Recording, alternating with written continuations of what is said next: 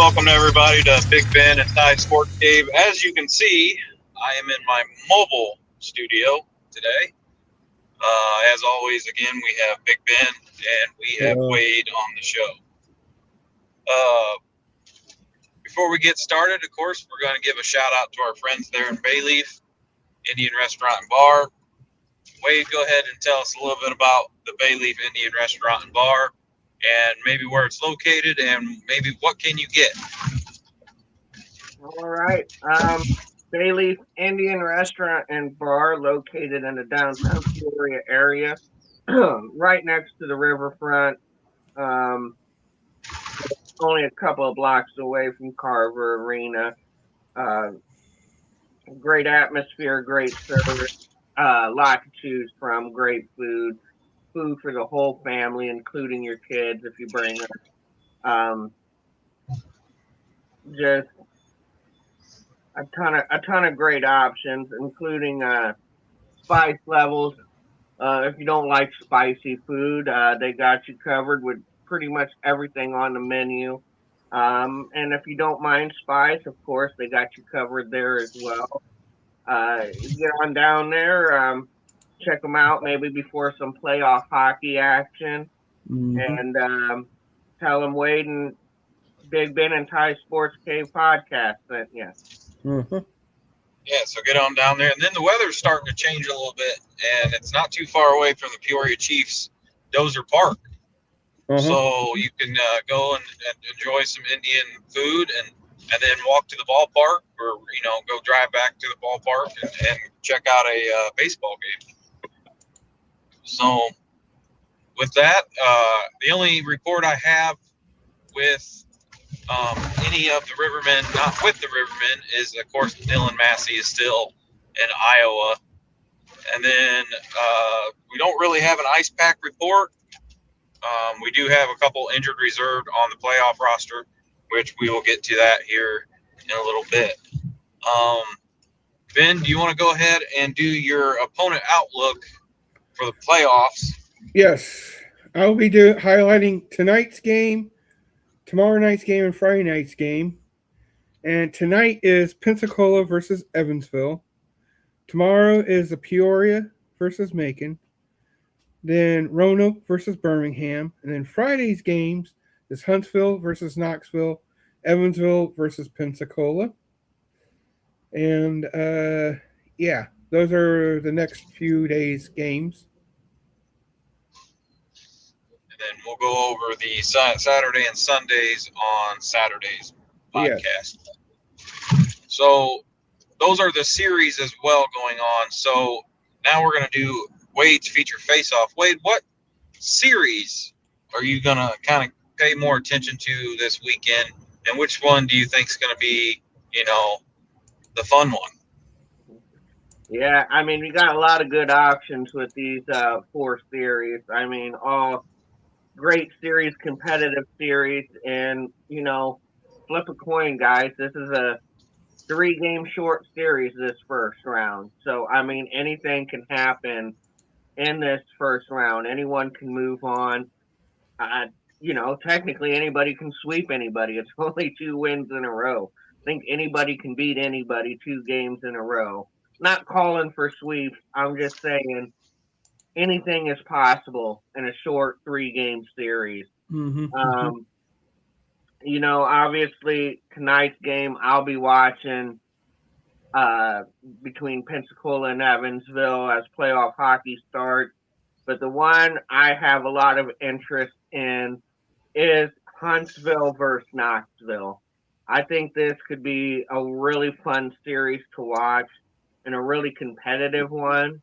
Huntsville is the number 2 seed in this in the playoffs, and Havoc is number 7. But don't let that number 7 fool you.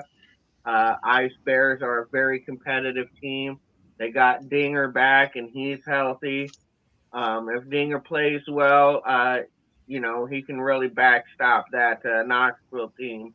And Knoxville has a strong roster as well. Yeah, and that's what I was going to ask. Is Mud Dinger on is back? That's what I was going to ask. And sounds like he is back, and he is a tough goalie. I think Huntsville's going to have their hands full with the Knoxville Ice Bears. Absolutely. Yes, he is back. I do think this is a tougher opponent than people might give credit for on the surface. Just remember last year, Thunderbolts were a 7th seed too. Look how that turned out for them. So, Yeah.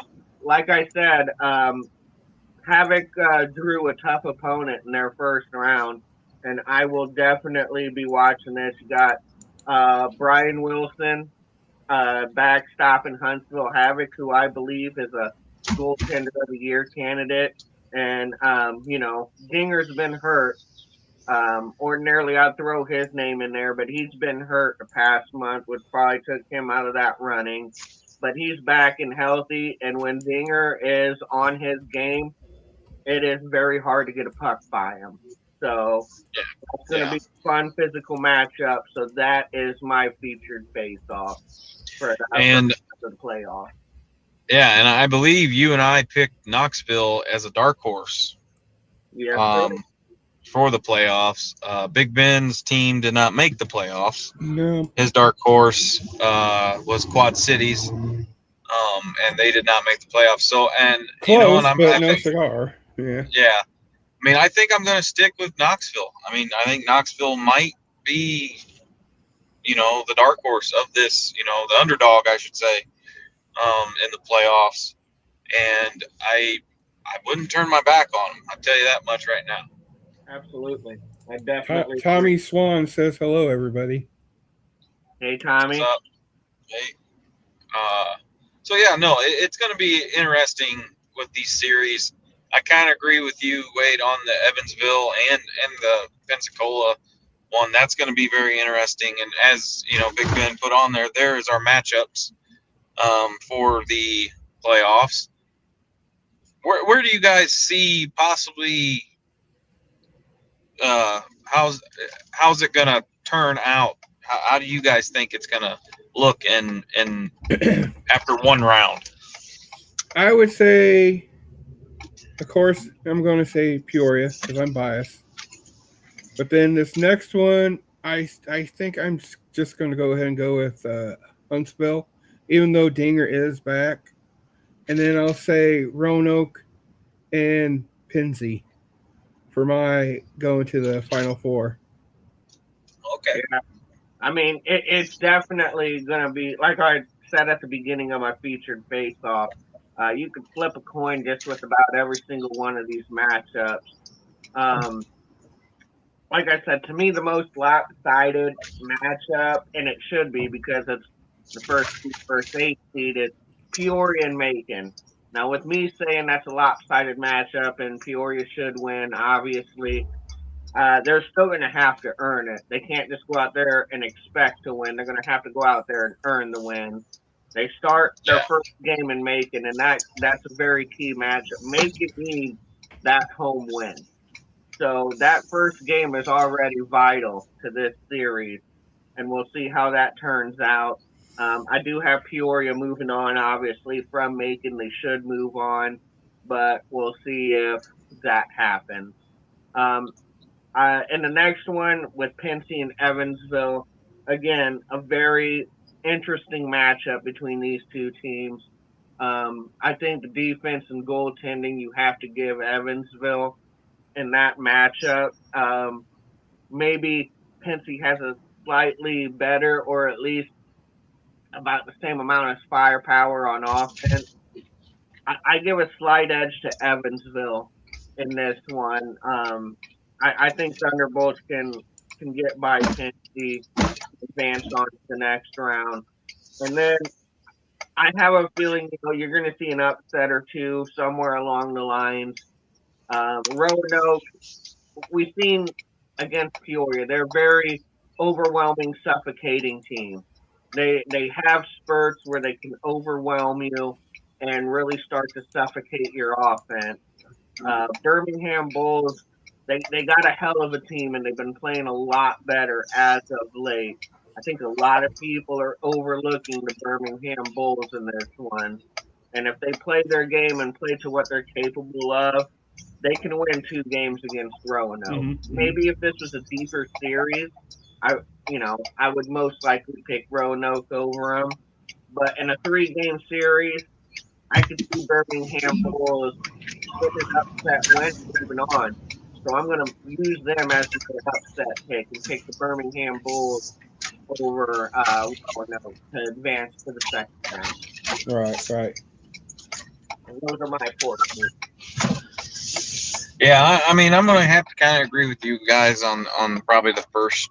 Well, actually, the Peoria. I think Peoria will take Macon, and like I said, it's not going to be easy.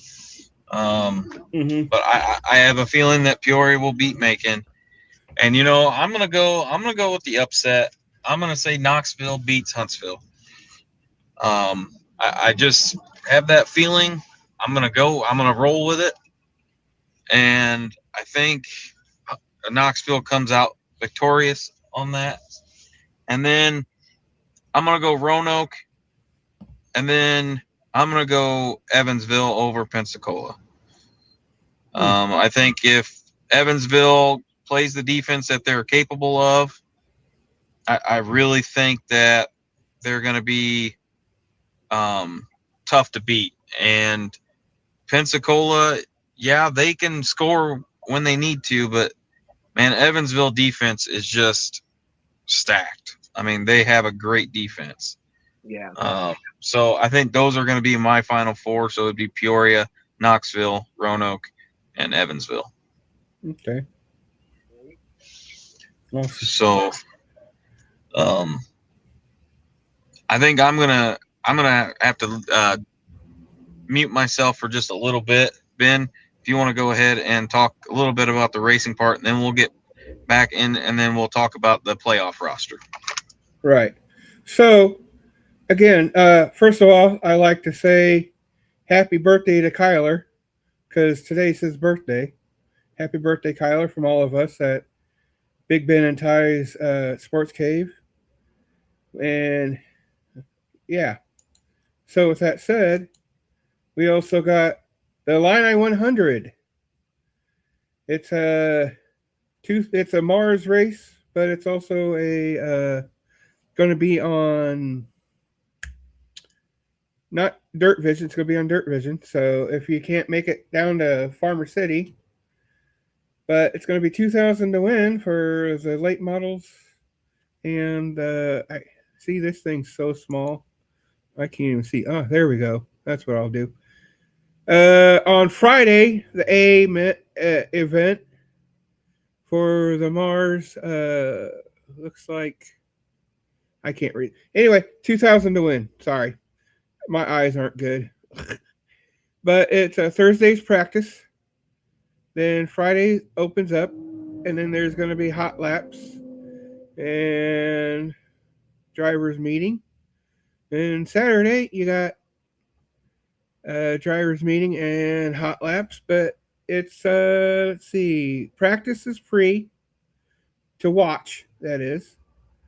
But 2 days is $80 for an adult for reserved. Otherwise, it's $70, which it's $35 a day. You can't beat that. I mean, it sounds expensive, but it's not bad. So that's this weekend. It's a big race. The big boys are going to be there, and yeah, it's going to be good because I've been there a couple times. It's a great track and great races. Like I said, a lot of the big boys there. Billy Moyer. Jason Fager, all those good guys. And then, still pending, but weather permitting, we have a Bailey Auckland Memorial Street Stock Special at Peoria Speedway this weekend, which is my home track. It's going to be $2,000 to win and $200 to start for street stocks, which is you don't really see that at all, which is really good because $2,000. I mean, it don't sound like it's much, but it's a lot for especially some of these local drivers. So hopefully we can get a local driver to win that one. That's then they're going to have, I believe, the late models modifieds. They're not B mods anymore, or the B mods, basically the crate motors. And then I believe they said the street stocks and the course they're going to have kids mods there for that at Peoria, weather permitting. And then also weather permitting, we have practice at Spoon River Sunday. Free to get in to watch. Pit passes are $35, so you can go there and practice on the high banks over at Spoon River. And that is your racing update for this week. All right. Thanks, Ben. We'll get right into the playoff roster. So, Wade, were you surprised by some of the selections on the playoff roster? No, not really. This is kind of who I thought we would, especially if we didn't get back from call up. We are carrying a few more college kids than I thought we would be carrying, but I think again that's due to the people we have on IR right now. And like I said, when we carry somebody into IR after the first round, and that's when you have to waive somebody to make room for them. So we'll see what it looks like in a second round for us. But who we got starting is pretty much who I expected to be there, including JMC. I expected to be on the roster. I did not expect Wilkie to be on the roster, and he's not on the roster. I figured if Wilkie was going to be on the playoff roster, he probably would have been playing in the dog series. So yeah, and obviously our goaltending, Nick and Jack, those are the two goalies I figured we could carry to the playoffs. So yeah, that's about who I expected to see there. Yeah, I was kind of surprised to see the college kids. Yeah. Yeah, especially like how many we got like 3 or 4 of them, I think. So yeah, I was a little surprised to see that many, especially our new guy, Colin Daikawa. Colin, we'll call him Colin Daikawa, I think is how you say it. But he's only had one game with us this season, and he's on the playoff roster. Sure, that's exciting. Yeah, and maybe that's something Guy saw in him that maybe he'd be very helpful when it comes to the playoffs. So, or maybe he's keeping him for just a roster spot. We don't know. Right. Now, I was kind of surprised that we haven't got Massey back yet. Mm-hmm. It's a surprise for sure. Which is, I mean, it's good for him. I mean, I hope he's doing very well in Iowa, and maybe he'll stay in Iowa. But I don't know if they're even in the playoffs or they're done. I'm not sure what's going on there. I do know as of next year they will no longer have an ECHL team, so I'm not sure what's going to happen to people like Massey when it comes to that. Right. But I mean, I would like to see him back in Peoria with us. And I was kind of hoping he'd already be back. So, do you think they'll do something like what the Rivermen did and just go to another promotion or a league? that is a rumor going around. I'm not sure what league they would probably go to. I know a lot of people would like them to come to the SPHL, which would be awesome if they did have another northern team, and then you could almost split the SPHL into divisions in a way.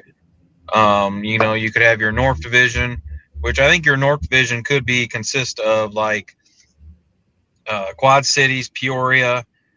You could almost put Knoxville in there because that's a more northern team. Then you could put, the Iowa team in there. and then it's flip a coin for the rest of them for the Northern Division. Then of course you'd have your Southern Division, which would be like Pensacola, Birmingham, Macon, and all that. I think it would be kind of cool to see if we could do a division split, and it would actually make, I think, the playoffs even more interesting. Well, yeah, because like you said, there can be Peoria, there can be Knoxville, there can be Evansville, and then you can even put Roanoke, and then you said the Iowa team, and then you got Huntsville, Macon, Pensacola, and then Huntsville, Knoxville, Macon, and Pensacola, and then another team, and then you can have two, a North and a South, as long as that one of those extra teams can be somewhere in the South or close. I mean, it would be nice to get back to an even number as well, because starting next year, the 26-27 season, I believe that's when the new team is coming, and we will be at 11. Yeah. Wade. Yeah. And it would be nice to have even number again, because it just makes everything easier, in my opinion. So you have an extra team missing the playoffs with that 11 too.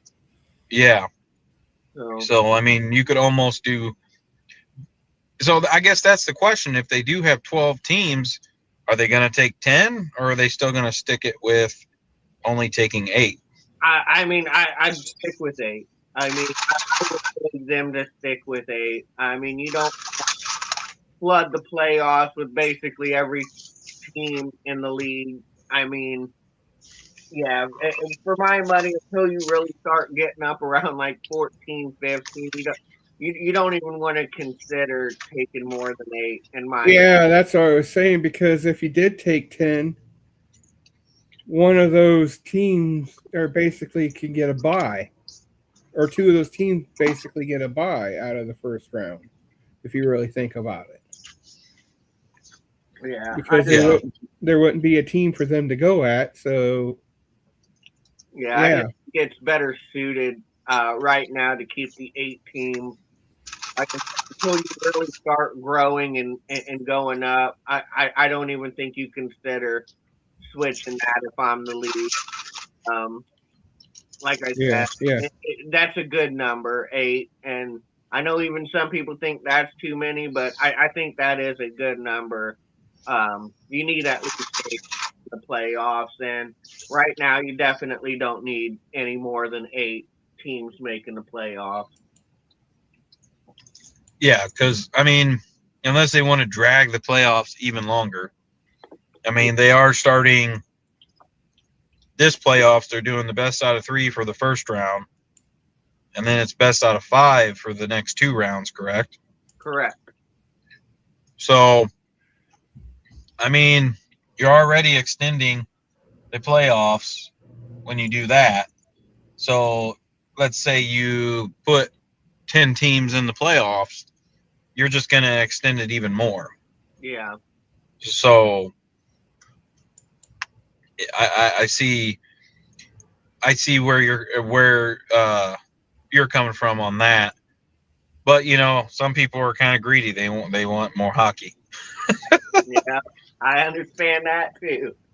Yeah, so I mean, it would be interesting if they ended up getting 12 teams and then maybe taking 10, and then the first seed and second seed do get a bye the first round. That would be kind of interesting to see. But I tend to agree with you guys, and I think 8 is plenty. I mean, I think at least until like Wade said, 14 to 16, then think about adding 2 or 4 more teams to where it can be even out. And yeah. So I mean, it's just one of those deals where we'll have to wait and see if maybe, like I said, Iowa. I mean, there's only 2 leagues that they could possibly go into as of right now. I don't see them going up to AHL. They already tried that once and failed. Mm-hmm. Now they were in the ECHL. They failed at that. So they're either going to end up in the Feds or they might end up in the SPHL. Or, they might not even have a team, which would be kind of sad to see. But Mm-hmm. I think for that market over there, I think they would be just fine for an SPHL team. I do too. I think that would be a great fit for them. Because not only will it help the SPHL, but it also have another rivalry team for Quad Cities, since it's Iowa and Quad Cities is right up on the border. So that can be like a rivalry in that area just as much as they are with us down here. Yeah. That way Quad Cities can have like two rivals instead of just one, to make it more interesting. In my eyes, anyway, I see it that way. Yeah. No, I agree with you, Ben. I think that does, create some new rivals, and I think they could be some good rivalry matchups as well. Rather that's with Quad Cities, or again, everyone's the rival of Peoria. You could be a brand new team with no ties to Peoria, and Peoria Right. your number one rival. So, Right, yeah. Because as we've said and as I've read, it's like ever since Peoria got into, the SPHL, we've been top contenders pretty much every year, right? Yeah. Top. So it's like, yeah, we got a target on our back from all the teams, not just Quad City. So Yeah.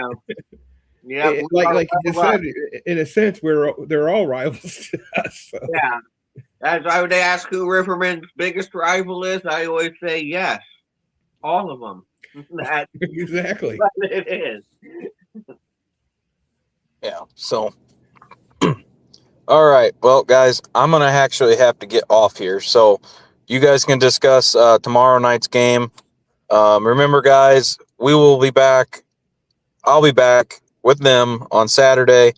Like I said, I'm sorry to duck out a little early, but you guys can go ahead and talk about tomorrow night's game. Finish it off, yeah. And I'll see you guys all later. All right.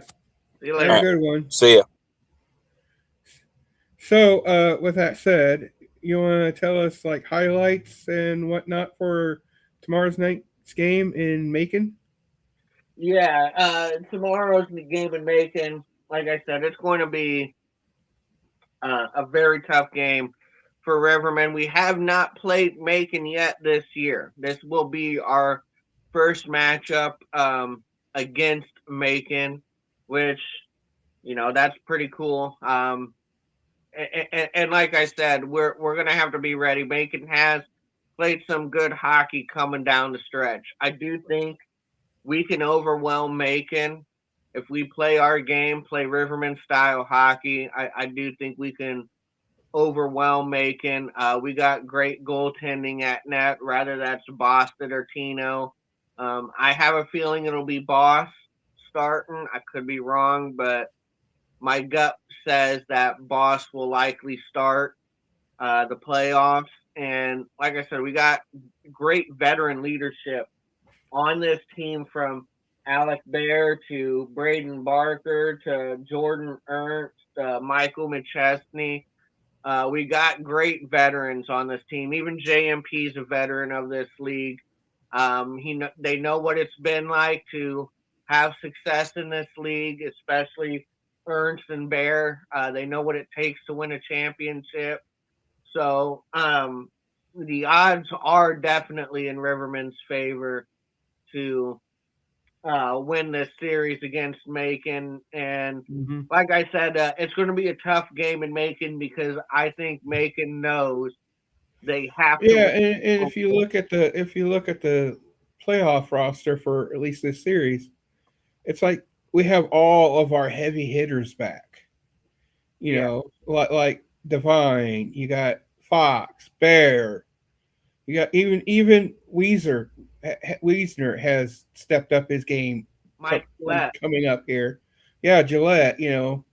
That's just the offense, and then with defense, you got the rider, one of the riders. You got Fenton, and Gunner, and you got two of the greatest goalies in SPHL. And yes, I'll say that because they proved it time and time again. I'm sure uh, Wade can back me up on that if he wants to or not, but I think that and I will agree with you. I think they will have Boss beat tomorrow night because I think it is what we talked about. It sounds like it's Lat's final season, if not here soon. It sounds like. Yeah. So I think Guy wants to have him be the one at the end, so that way he can keep going, and then that way he can retire. Being on top.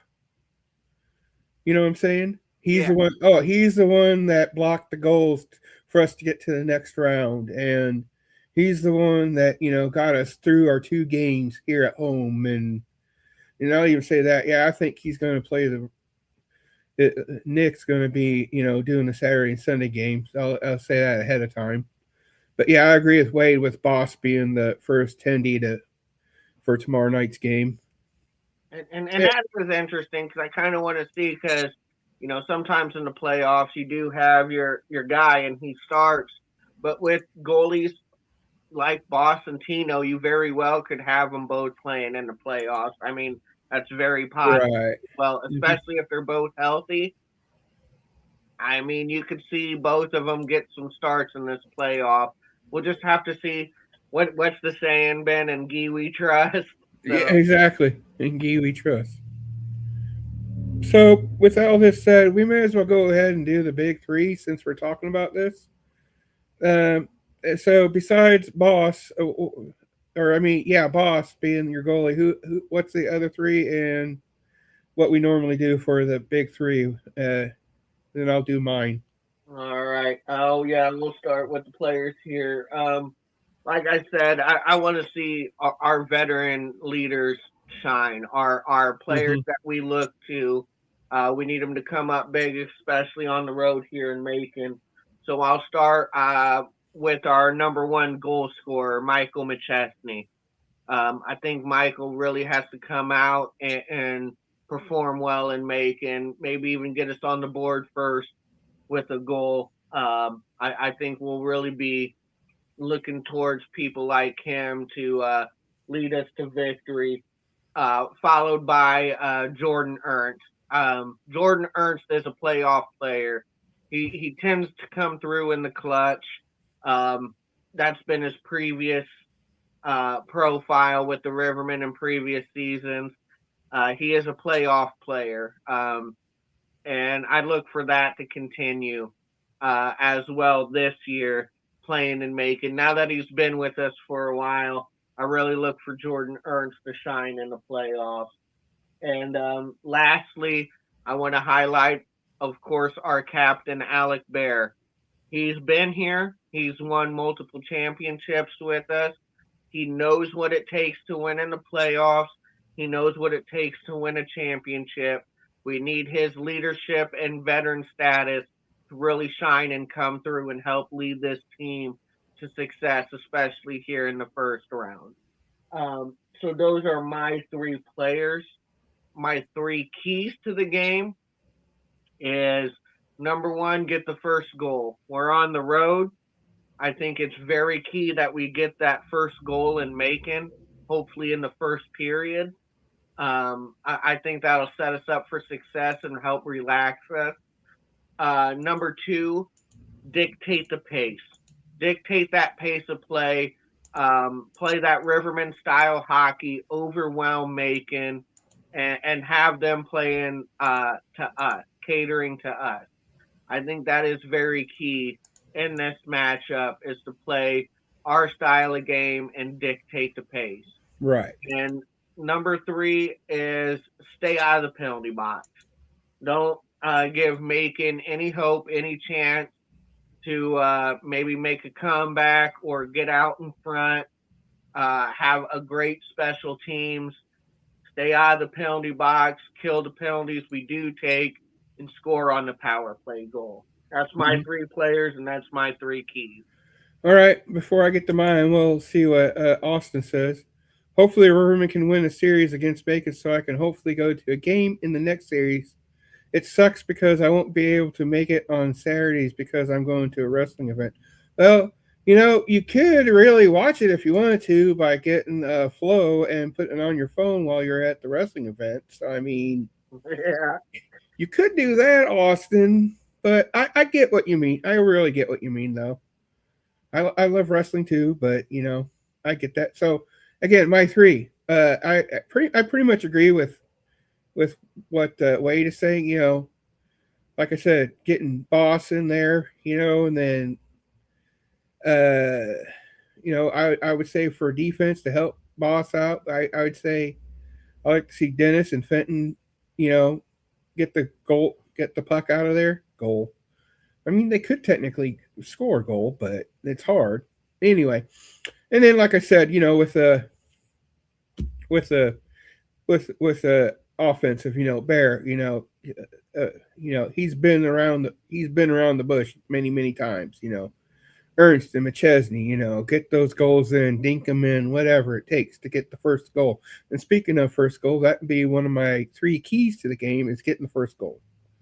You got to get the first goal because when they get the first goal, it'll make the other team rush even more to get a goal to catch up. And they might make a mistake in doing that.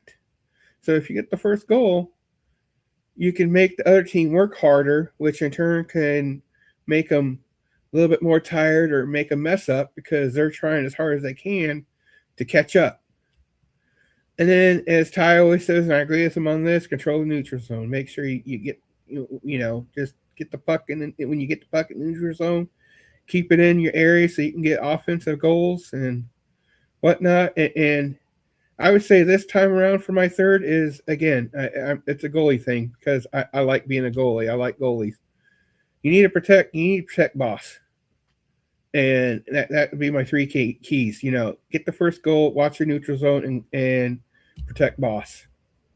That'd be my 3-on-3. So one more time before we leave and do our typical closer. One more time, let's talk about Bayleaf Indian Restaurant and Bar. Wade, please. Absolutely. Bayleaf Indian Restaurant and Bar located in downtown Peoria next to the riverfront. Couple blocks away from Carver Arena. Great food down there. Like I said, I'm a big advocate for their tandoori chicken. That is a very flavorful item to get off their menu. And again, you have the options to make that tandoori chicken spicy or have no spice at all. That's the beautiful thing about this restaurant is you control how spicy the food is. So, like I said, get on down there, check them out. Great service, great atmosphere. Maybe get on down there before some playoff hockey. Take the family and tell them Wade sent you or Big Ben and Thai Sports Cave sent you. Yeah, and as Wade said earlier, it's not that much further from Peoria Chiefs. So if you want to go there before a Peoria Chiefs game or after, depending on when the Chiefs game is, you can go there. Just park it and walk there and eat, and then I'm sure they might let you park there for free. So with that said, Wade, you know what to do. Yep, of course. Especially during the playoffs, we always like to keep it Rivermen style. All right, everybody, take care and see you on Saturday's show.